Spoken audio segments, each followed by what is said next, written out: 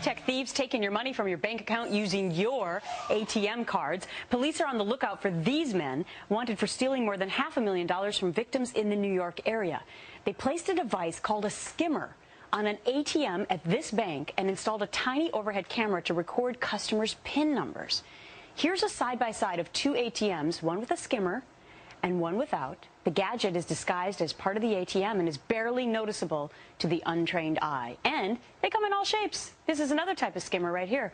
So how do you prevent this from happening to you?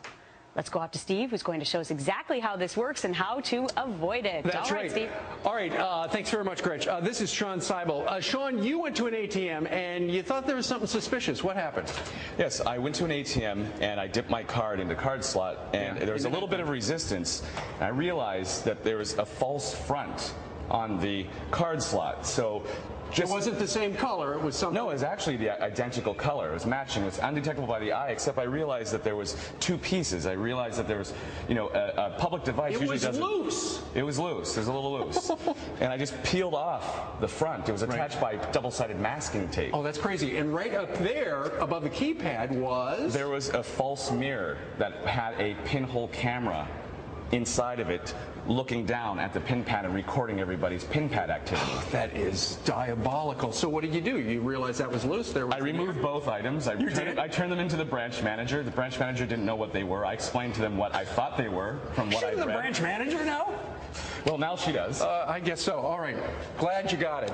This is Robert Siciliano. He is the CEO of IDTheftSecurity.com, right? Yes. All right. Now, you got the machine here. Sean was great that he knew what he was doing there. Yeah. But this goes on how often?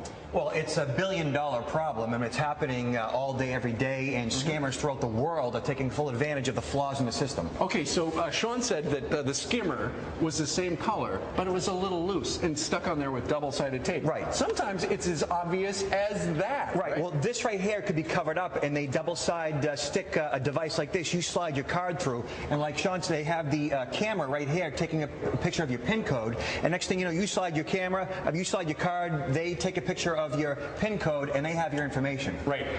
There's one thing, ever since these stories started coming out a year or two ago, I stopped using the little ones in the grocery store and only did the ones at the banks. Right. Now, this is the one in our 20th Century Fox building, but are the ones at the banks safe? Well, in his situation, it was actually at the bank branch, and they didn't know what was going on. So whether you're at the bank, you're at a convenience store or gas station, you have to pay close attention and look for red flags. Look for two-sided tape. Look for something that might wiggle that you can pull it right off. So it's okay to shake it. You'll still get your money out if it's real. Exactly. And if something doesn't look right, something doesn't seem right, then just walk away. Because that's exactly what Sean did. Did they wind up catching the guy? They never told me.